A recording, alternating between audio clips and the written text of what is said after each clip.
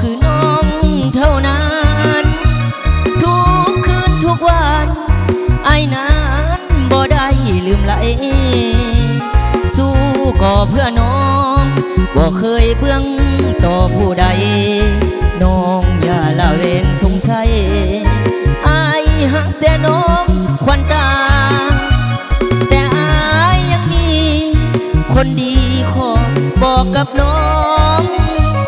สมมุติใส่ซองหักน้องเหมือนดังแก้วตาอายมันคนจนอีกคนเขารวยเงินตราสองอย่างนี้คือปัญหาสิ่งที่พาให้อายคาใจถ้าบทดีอายนี้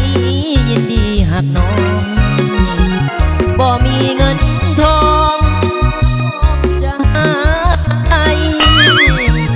สิ่งที่สำคัญน้องนั้นสวยเป็นแรงใจถึงจะลำบากเพียงใดจิตใจน้องอย่าขอแค้นคำเบาจากปากกันกองออกจากหัวใจบ่แม่นเว้าลายยอมตายให้สมเป็นแฟนสองฟ้ามืออายบวกใส่พร้อมทางสองแขนถึงมีเงินหมื่นเงินแสนตาบอดเท่าแฟนผู้เป็นดวงใจ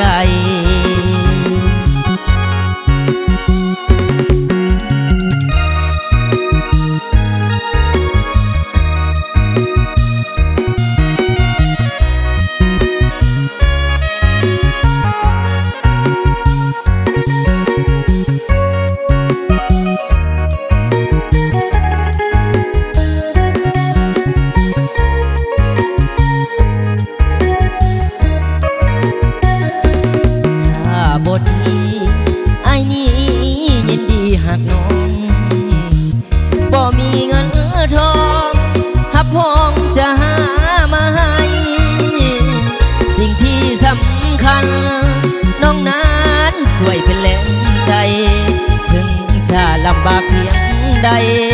จิตใจน้องอย่าขอแค้นคำเบา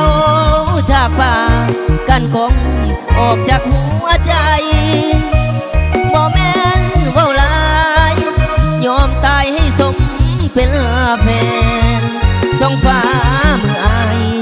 บวกใส่พร้อมทั้งสองแขนทั้งมีเงินหมื่นเงินแสนตาบอดเท่าแฟนผู้เป็นดวงใจ